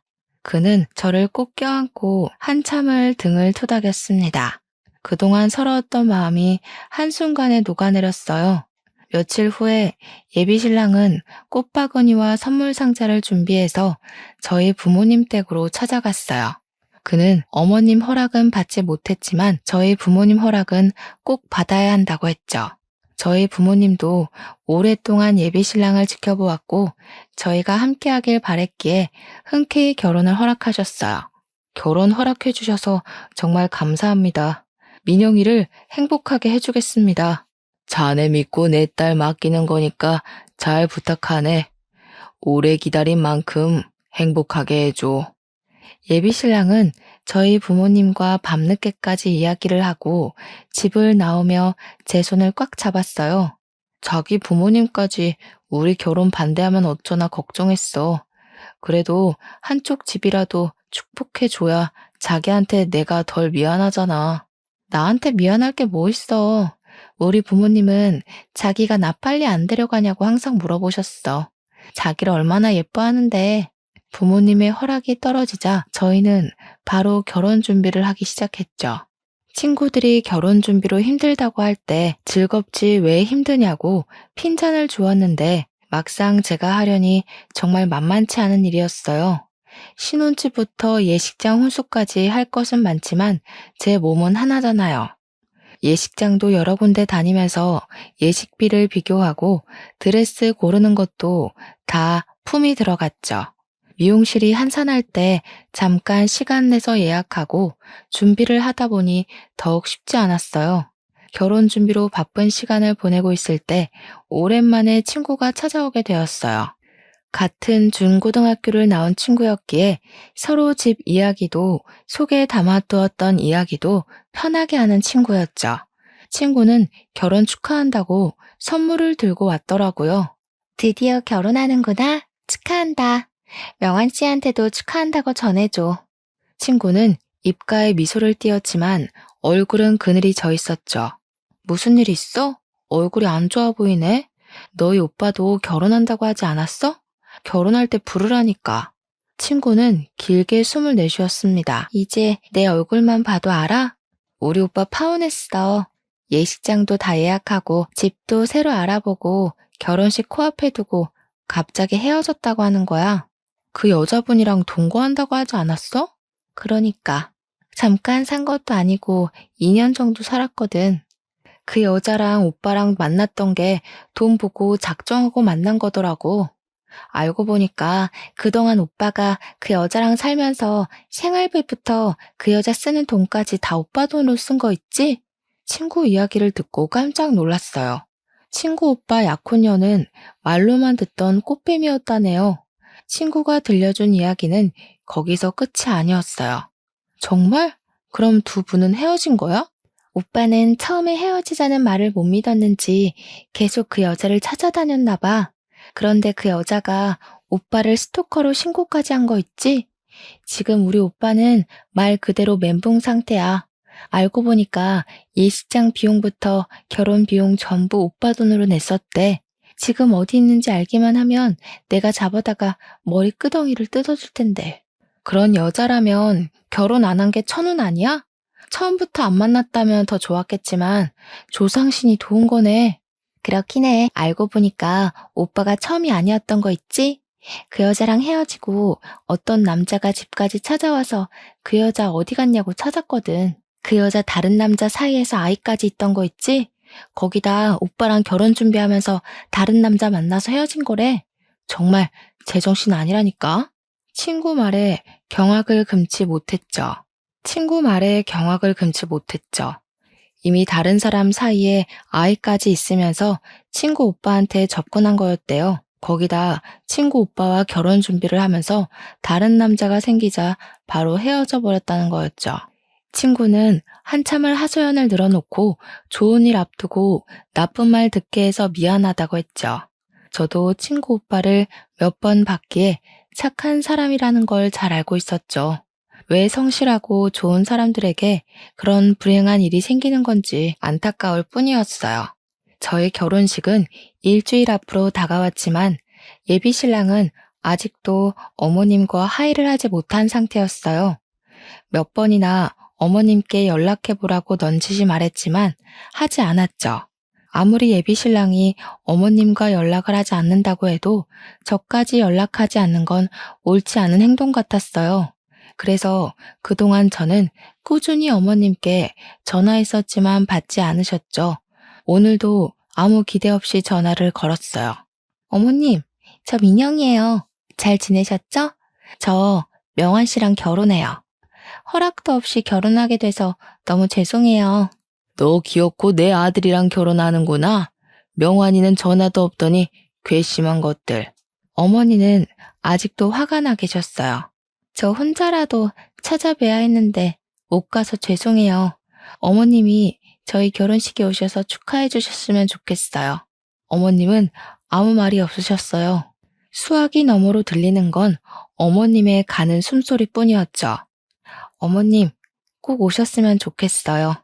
기다리고 있을게요. 결국 어머님은 제 말에 대답 안 하시고 전화를 끊으셨습니다. 결혼식 당일 아침까지 시댁 식구들은 나타나지 않았죠. 신랑 혼주석이 텅 비어버릴 생각하니 남편에게 미안해졌어요. 어머님께 조금 더 잘했더라면 오시지 않았을까라는 생각 되었거든요. 어머님을 찾아뵈고 결혼식에 참석해달라고 할 걸 후회가 되었죠. 터벅터벅 신부 대기실로 들어가는데 어머님이 한복까지 곱게 차려입고 남편과 이야기를 나누고 있는 모습이 보였어요. 역시 피는 물보다 진하다고 했던가요? 그 옆에는 아주버님과 형님도 와 계셨습니다. 자식 이기는 부모 없다고 하잖아요. 저를 며느리로 받아들여 주신 모습에 감사할 따름이었습니다. 그때까지는 저희 결혼식은 양가의 축복 속에서 완벽하게 끝나게 될 줄 알았거든요. 신부 대기실에서 예식이 시작하길 기다리고 앉아있을 때였어요. 대기실 앞에서 고성이 오가는 소리가 들렸습니다. 여자 둘이 싸우는지 목소리는 점점 커져가더군요. 시끄러운 소리에 밖으로 나가보게 되었죠. 그런데 제 친구와 형님이 서로 삿대질하면서 싸우고 있었던 게 아니겠어요? 뭐야? 당신이 왜 여기 있어? 누구를 꼬시려고 여기 있는 거야? 우리 오빠 돈 내놔. 우리 가족 다 바보 만들어 놓고 도망가? 우리 오빠가 당신 때문에 얼마나 힘들어했는지 알기나 해? 어머, 사람 잘못 보신 것 같아요. 저 아세요? 저는 당신 모르는데. 혹시 동서 친구인가? 수준이 딱 맞는 게 그런 것 같은데. 그 순간 친구는 형님의 머리를 쥐어잡고 흔들기 시작했습니다. 형님의 비명이 예식장 홀을 가득 채웠죠. 무슨 일이야? 일단 이러지 말고 말로 해. 형님의 머리를 흔들던 친구는 그제야 형님에게서 떨어졌습니다. 미안해. 나도 모르게. 이 여자를 보고 순간 화가 치밀어서 내가 말한 그 여자야. 우리 오빠를 씹던 껌처럼 단물 빠지니까 버리고 도망간 그 여자, 이 여자라고. 친구 말에 놀라 형님을 쳐다보았죠. 그때 어머님이 오셔서 머리가 엉망이 된 형님을 바라보셨습니다. 무슨 일이야? 왜 싸운 거야? 너 머리가 왜 흥크러진 거야? 그 순간 형님이 눈에서 닭똥 같은 눈물을 흘리면서 바닥에 주저앉았어요. 어머님은 형님을 토닥이며 달래기 시작하였죠. 저는 친구를 데리고 신부 대기실로 들어갔습니다. 지금 상황에 대해 이야기를 듣고 싶었거든요. 친구 말만 들으면 형님은 친구 오빠를 버리고 간 꽃뱀이었으니까요. 정말? 확실한 거야? 우리 형님이 너희 오빠 버린 거 맞아? 우리 형님이 확실해? 정말이라니까. 저 여자가 틀림없어. 내가 2년이나 봤는데 몰라보겠어? 그런데 형님이라니 무슨 말이야? 그때 어머님이 신부 대기실로 들어오면서 제게 삿대질을 하셨습니다. 너는 어떻게 된 애가 친구까지 그 모양이냐? 정말 좋게 보려고 해도 좋은 구석이 있어야 좋게 보지. 교양 없이 이게 무슨 짓이야? 사람을 잘못 봤으면 죄송하다고 사과를 해야지. 내 며느리를 그런 여자하고 같은 취급을 해? 이래서 사람 가려받으려고 했던 거야. 알겠니? 어머니, 그게 아니라요. 친구 오빠랑 결혼 약속까지 하고 버린 여자가 형님이래요. 뭐야? 어디서 그런 여자를 네 형님이라고 들먹여? 아무리 못 배웠어도 그런 말하는 건 아니지. 그때 남편이 신부 대기실로 뛰어들어오면서 제 손을 잡았습니다. 어머니가 그렇게 형수에 대해서 잘 알아요? 오늘이 무슨 날인지는 알고 그런 말씀 하시는 거예요? 오늘 저희 결혼식이에요. 그럼 축하는 못할 망정 면박을 주는 건 아니죠. 여기 제 처가 식구들까지 계세요. 제 아내에게 이런 식으로 말씀하시는 거 제 얼굴에 침 뱉으시는 거예요. 남편은 제 손을 잡고 신부 대기실을 빠져나갔습니다. 잠시 화장을 고치고 온 사이에 어머님과 형님은 집으로 돌아가셨어요. 결국 시댁 식구들이 없는 결혼식을 치르게 되었죠. 텅 빈 신랑 혼주석이 왜 이렇게 섭섭하던지 그것과 비례하게 결혼식 내내 형님에 대한 충격이 가시지 않았습니다. 인생에 한 번밖에 없을 결혼식이 엉망으로 끝나고 말았죠. 남편은 나중에 우리끼리 리마인드 웨딩을 하자고 했지만 서운한 건 어쩔 수 없었어요.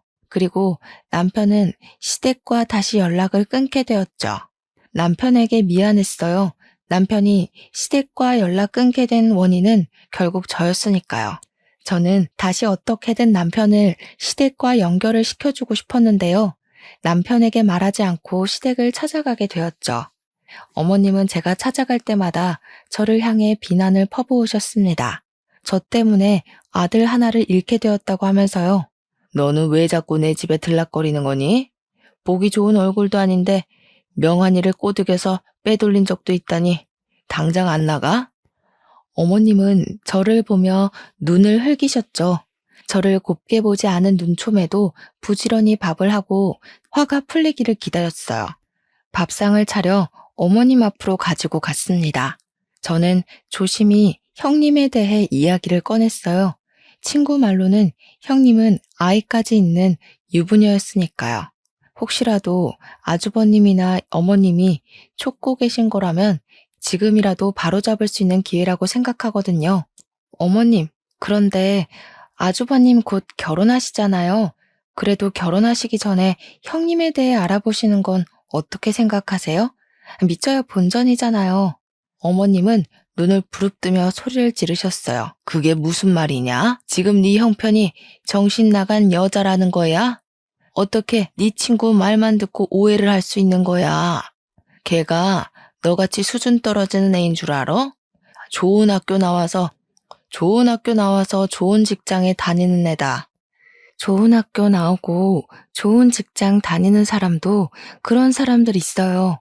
아직 결혼 전이니까 확인한다고 생각하고 알아보시는 건 어떠세요? 그때 어머님이 제 뺨을 때렸습니다. 순간 눈앞에 번개가 내리치는 것처럼 번쩍했죠. 너무 놀라서 어머님을 쳐다보았습니다. 어머님은 시뻘건 얼굴로 제게 소리쳤습니다. 듣자 하니까 그렇게도 사람을 깎아내리고 싶니? 좋은 학교, 좋은 직장 다니는 게 그 사람의 능력을 평가하는 거다. 그 사람이 평소에 어떻게 살아왔는지 알려주는 거라고. 너 같은 애는 죽었다 깨어나도 못하는 거지. 당장 나가, 꼴도 보기 싫으니까. 저는 붉은 뺨을 감싸주고 시댁을 나오게 되었습니다. 제 딴에는 걱정돼서 드린 말이었지만 손찌검 하실 정도로 기분이 나쁘셨던 걸까요? 서운하고 섭섭했습니다. 집에 도착했지만 어머님에게 맞은 뺨은 아직도 자국이 남아있었죠. 현관문을 열기 전에 손거울로 붉은 뺨을 슥슥 비벼 문질렀어요. 그래도 붉은기는 사라지지 않더라고요. 어쩔 수 없이 조심히 문을 열고 안으로 들어갔습니다. 남편이 집에 먼저 와 있었어요. 한 손으로 붉은 뺨을 가리고 남편에게 다가갔습니다. 자기, 먼저 와 있었어? 배고프지? 뭐 먹을까? 남편은 제게 다가오며 고개를 쭉 내밀었습니다. 얼굴은 왜 가리고 있는 거야? 무슨 일이 있었어? 어깨를 움찔하는 순간 남편이 얼굴을 가리고 있는 손을 내렸어요. 남편은 붉게 부은 뺨을 보고 두 눈을 부릅떴죠. 얼굴이 왜 이래? 이거 손자국 아니야? 누가 이런 거야? 남편의 질문은 쉴 새 없이 이어졌죠. 하지만 질문에 대답해 줄 수가 없었어요. 아, 그게 어쩌다 보니까 이렇게 됐네? 저는 대답을 얼버무렸습니다. 차마 어머님이 했다고 말 못하겠더라고요. 오늘 미용실 쉬는 날이잖아. 오늘 어디 다녀온 거야? 아내 얼굴에 붉은 손자국을 보고 어떤 남편이 진정하겠어요. 거짓말로 이 상황을 넘겨볼까 했지만 적당히 핑계도 생각나지 않았습니다. 남편에게 별일 아니라고 말해보았지만 남편은 집요하게 물어봤죠. 한참 실랑이를 하다가 결국은 이실직고하게 되었어요. 사실 오늘 어머님 댁에 다녀왔거든. 이야기 도중에 형님 이야기가 나와서 한번 알아보시라고 했는데 순간 남편의 얼굴이 커다래지더군요. 어머니가 당신을 때린 거야? 그 말했다고 당신을 때려? 남편은 아랫입술을 파르르 떨더니 집 밖으로 뛰쳐나갔어요. 남편과 시댁에 도착하자 아주버님과 형님이 어머님과 같이 식사를 하고 있었습니다. 어머님이 민영이 뺨 때렸어요? 말로 하면 되시지 왜 손찌검하세요? 왜 하다니? 맞을 만한 짓을 했으니까 때렸지. 아무리 생각이 없어도 형님 될 사람을 그런 못된 여자로 착각하는 것도 모자라서 모함을 하는데 가만히 둬야 하는 거냐? 민영이는 형이 걱정돼서 한 말이잖아요. 어머님이 형수에 대해 잘 알아요. 결혼 전에 알아보라고 한 말이 그렇게도 거슬렸어요. 식탁에 앉아 식사하시던 아주버님도 그 자리에서 벌떡 일어났습니다. 너 말 조심하네? 지금 네가 무슨 말 하는지 알고나 있는 거야? 사람을 의심해도 적당히 해야지. 내가 사랑하는 사람에 대해 모른 채로 결혼하려 했을 것 같아? 재수씨, 저 사람한테 자격지심이 있는 거 아니야? 학벌로도 직업적으로 못 이기니까 친구 이용해서 헛소리 퍼뜨린 거 아니냐고. 지금 민영이가 없는 말 지어냈다는 거야? 형수한테 자격지심 느낀다고? 뭐가 부족해서 민영이가 자격지심을 느낀다는 건데 친구가 아이도 있다고 하니까 잘 알아보라고 말한 게 잘못된 거야? 사실도 아닌 일을 사실처럼 말하는 걸 허언증이라고 하는 거야. 순식간에 남편 주먹이 아주버님 얼굴에 내리꽂혔어요. 둘은 뒤엉켜 싸우기 시작했습니다. 어머님은 두 아들이 싸우는 모습을 보고 저를 향해 삿대질을 하셨습니다. 너 하나 때문에 우리 집안이 이게 뭐냐? 이제까지 한 번도 말싸움조차 안 하던 아이들인데 네 주둥아리 하나 때문에 내 아들이 싸우는 거 아니야? 이래서 내가 너를 싫어한 거야. 얼굴만 봐도 재수가 없으니까. 어머님이 보시기에 시댁의 모든 분란은 저로부터 시작하는 거였죠. 아주버님까지 저를 자격지심 덩어리로 보고 계실 줄은 생각하지 못했습니다. 제 딴에는 시댁 식구들이 불행을 겪기 전에 막아보자고 꺼낸 이야기였지만 더 큰 불행만 가져온 꼴이었죠. 저와 형님이 각자 남편들을 붙잡고 나서야 두 사람은 마주 잡은 멱살을 놓았습니다. 남편은 아직도 잔뜩 상기된 얼굴로 아주버님을 쏘아보았어요. 나 진짜 형한테 경고했어. 잘 알아보라고. 이 뒤에 무슨 일 생겨도 우리 탓하지 마. 끝까지 그런 말도 안 되는 소리 할래? 재수씨랑 결혼했다고 너도 재수씨 닮아가는 거야? 어디서 멍청할 말만 짓거리는 거야? 남편이 다시 아주버님에게 달려들려고 하자 저는 남편을 꽉 붙잡았습니다. 그만해 명환씨. 우리 그만 가자. 제발 집으로 돌아가자. 남편은 아주버님을 보며 한참을 씩씩거리다가 제 손을 붙잡고 시댁을 빠져나왔어요. 돌아가는 차 안에서 퉁퉁 부은 남편의 얼굴을 보고 있으려니 속상했습니다.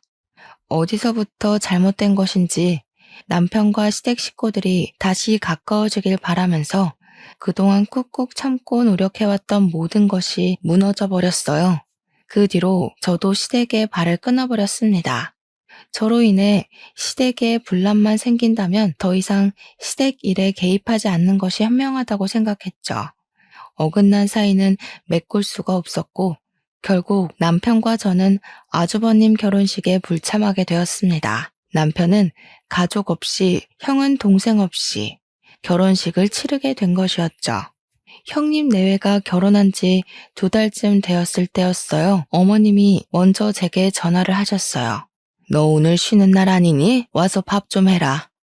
마당에 잡초 뽑다가 허리가 삐끗했는지 통 움직일 수가 없네. 온 김에 청소도 하고 가고. 몇 달 만에 전화하셔서 꺼낸 말이 시댁에 와서 밥하란 말이었습니다. 한참 고민 끝에 저는 어머님께 시댁에 가지 않겠다고 말했습니다. 형님 일로 조언했다고 뺨까지 맞고 다시 시댁 가서 밥을 할 수는 없었죠. 여기서 시댁과 더 이상 얽히지 않는 게 올바른 선택이라고 생각했어요. 죄송해요 어머니. 이제 어머님 댁에 안 갈 생각이에요. 제가 가면 시댁에 분란만 일어나잖아요. 안 가는 게 좋을 것 같아요. 제 말이 끝나자마자 어머님의 고함이 핸드폰 너머로 들려왔습니다. 뭐야? 시어머니가 오라면 아무 말 없이 와야지. 뭐가 어쩌고 저째? 안 갈 생각이에요? 어머님, 죄송해요. 통화 오래 못할 것 같아요. 이만 끊을게요. 먼저 전화를 끊어버렸습니다. 그 뒤로 바로 어머님이 전화를 거셨지만 무시하고 받지 않았죠.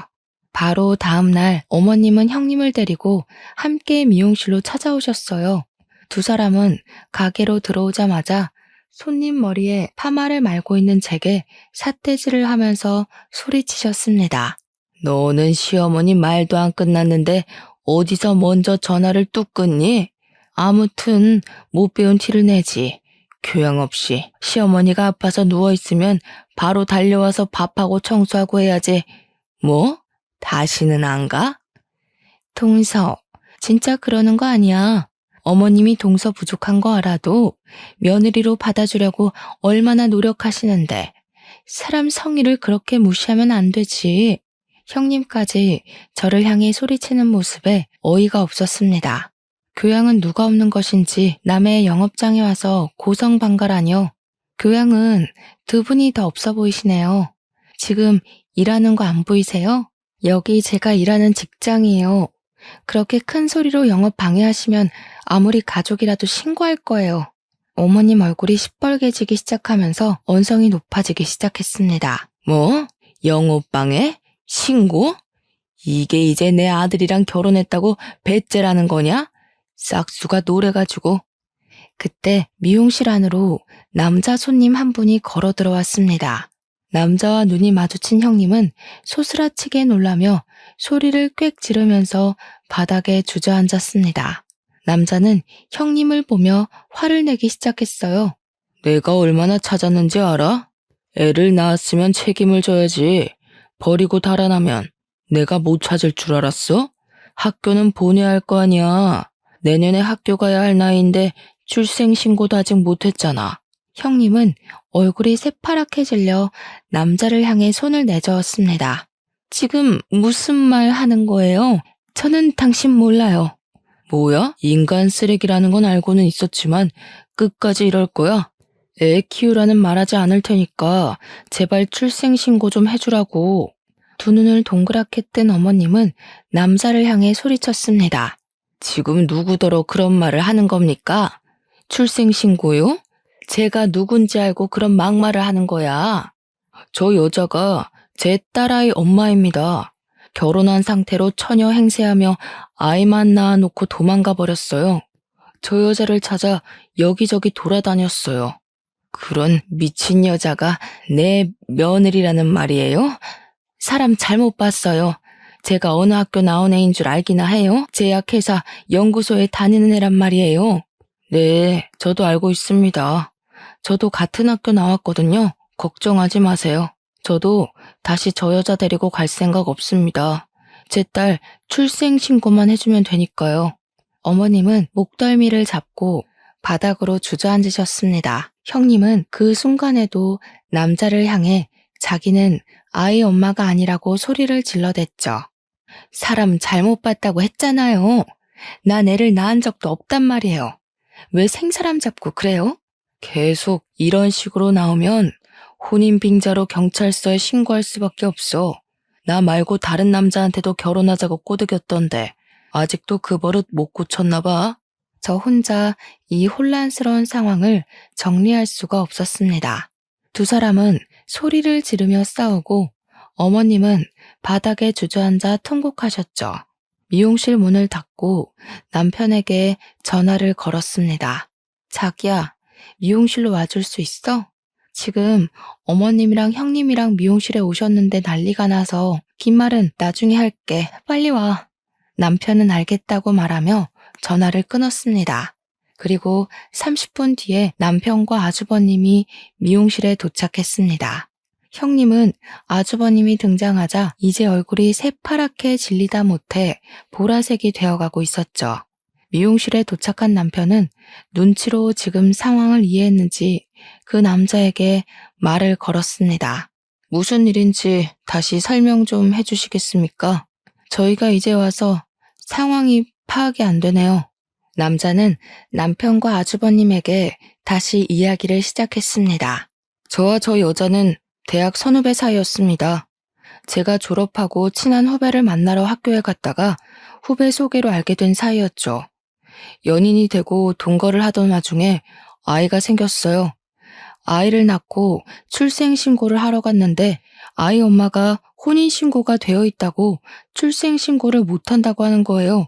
결혼한 유부녀였던 거죠. 이 문제로 따지자 아이만 남겨놓고 집을 나가버렸어요. 결국 아직도 제 딸은 출생신고를 못한 상황이고요. 순간 아주버님의 얼굴이 샛노래졌습니다. 그럴 리가요.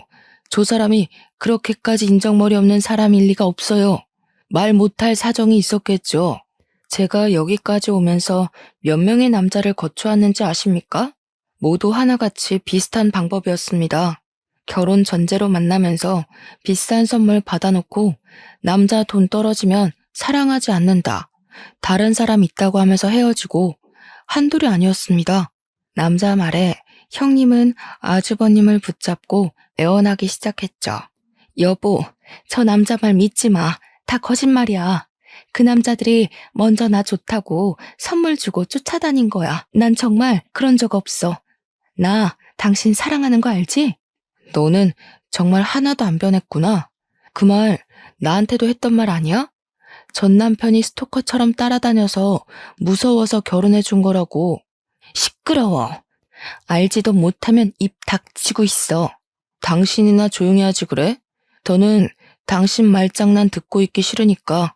아주버님은 붙잡는 형님을 밀어내고 미용실을 빠져나가 버렸습니다.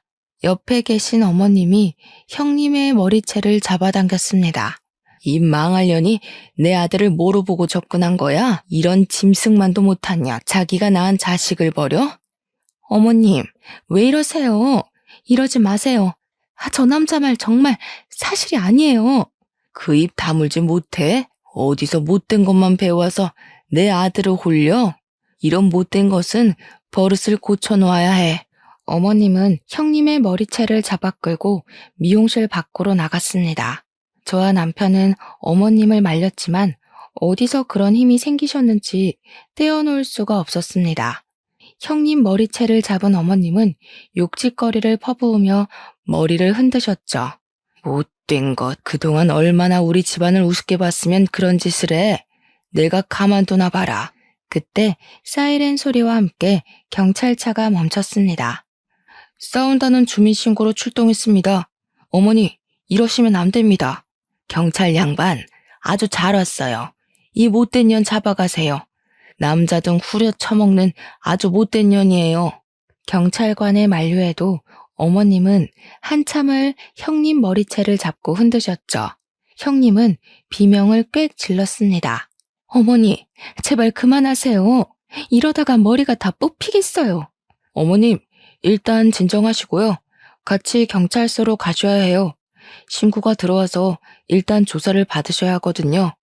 아무리 못된 사람이라고 해도 이렇게 머리를 죄다 뜯어놓으시면 어떻게 합니까? 그럼 내 아들이 인연한테 당했는데 가만히 있어야 한단 말이야? 진정하시고 일단 경찰서로 같이 가세요. 계속 이러시면 가중처벌 받으세요. 어머님과 경찰관의 한참 실랑이 끝에 형님 머리를 잡은 손에 놓으셨어요. 어머님의 손에는 시커먼 머리카락이 한가득 뽑혀 있었죠. 가중처벌? 왜 내가 받아? 가중처벌은 저 못된 년이 받아야지. 시시비비는 일단 경찰서로 가셔서 따지세요. 보호자님도 같이 가주셔야겠습니다. 어머님은 아직도 흥분이 가시지 않으셨는지 경찰차에 올라타는 순간에도 숨을 몰아내셨습니다. 옆에 서 있던 남편이 보호자로 경찰서에 가게 되었죠. 남편이 집으로 돌아와서야 경찰서 상황을 들을 수가 있었습니다. 그 남자의 말이 다 사실이라고 하더라고요. 남자와 형님 사이에는 올해 7살 딸이 있었고 아직도 출생신고를 하지 못했다고 해요. 현행범으로 혼외자는 친모가 등록해야 한다고 하네요. 그래서 딸은 그동안 국적이 없는 무국적자로 살아야 했던 거죠. 딸을 학교에 보내기 위해 그동안 형님을 계속 찾아 헤맸다고 하네요. 형님이 친구 오빠처럼 이용하고 버린 남자는 좋기 5명은 넘는다고 했죠. 그 일이 일어난 지 며칠 뒤 제 친구에게 연락이 왔습니다. 야, 혹시 너희 가게로 어떤 남자 안 찾아왔어? 우리 오빠한테 너희 형님 이야기 했었거든. 근데 오빠가 그 여자 전 남자한테 너희 가게 이름을 알려줬다는 거 있지? 그거 나한테 이제야 말하는 거야. 한 발 늦은 친구의 소식에 저는 친절하게 그간 이야기를 해주었습니다. 친구가 자지러지게 웃는 소리가 핸드폰 너머로 들려왔죠. 아무튼 잘 됐지. 너한테 형님 이야기 들었을 때도 찝찝했는데 그 남자 이야기 들으니까 정말 이건 아니다 싶었어. 아주버님하고 형님은 결국 이혼하게 될 것 같아. 아무튼 그 못된 년 콩밥을 먹여놔야 하는데 이혼으로 안 되지. 친구는 아직도 형님에 대한 악감정이 남아있는 상태였죠. 한참 형님 욕을 하고서 저와 전화를 끊었습니다. 그 일 직후 결국 아주버님은 형님과 이혼하게 되셨죠. 처음부터 몰랐으면 모를까 모든 진실을 알고 난 후 감당하기 힘드셨던 거겠죠. 남편 말로는 형님은 아주버님과 이혼 못한다고 버티고 있어서 이혼 소송으로 가게 될 것 같다고 했어요. 아주버님과 형님만 갈라선 게 아니었습니다. 저도 시댁과 갈라서기로 했죠. 남편에게 시댁 일에 더는 신경 쓰고 싶지 않다고 말했어요. 한번 시댁 일에 신경 끊고 살아보니 스트레스도 안 받고 마음이 편안해졌거든요. 시어머니의 막말도 억지스러운 주장도 듣지 않아도 되었으니까요. 남편도 저를 존중해 주었습니다.